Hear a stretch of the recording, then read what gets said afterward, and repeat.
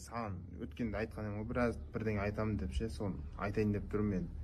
Енді сәл ыңғайсызданып тұрмын мен, қыз баласына бірінші рет бүйтіп айтайын деп тұрмын да, енді жалпы өмірімде өтініш бар, білмеймін. Үйдегілермен ақылдасық, жалпы ертең таңертең ерте әрекет жасайын деп жатырмық.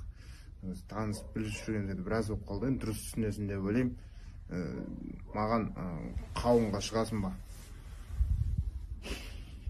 Өтініш азанда бір КамАЗ артып жіберу керек болып жатыр, ертерек Россияға ше. Соған көмектесіп жүрші, адам керек болып жатыр. Жарай ма?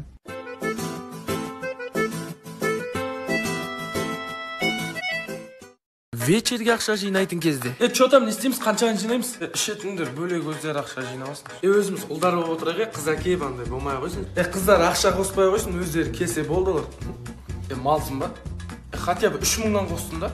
Мен бара алмайтын шығармын, бірақ ақшасын жіберем ғой. Кімге жіберу керек? Братан, комнатасы көп хат алайықшы, ішіне ілінетін.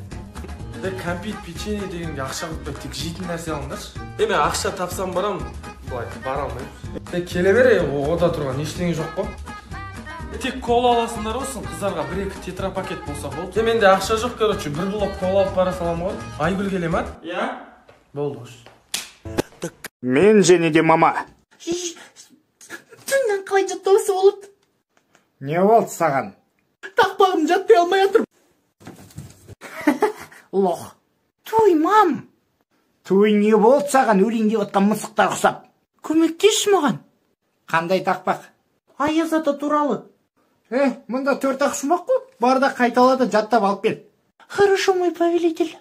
She had to know. Мен дайынмын. Давай, айта бер. Савысың ай. Аяз ата келіп тұр. Бізге көтін беріп тұр. Өтірік сақал тағып алған. Көтін айыр жерген келіп тұр. Мұн болдым. Хорошо, бара бер. Өтірік ұрындыра сағасың ғой. Тоқта не дедің, қайтадан айт. Мен уже ұмыт қалдым. Мен және де будильник. Мал, тұрсай. В смысле мал? Қазір тұрам, тоқтай тұр. Сабаққа кешігіп баратсың, айуан. Все, родной, қазір тұрам.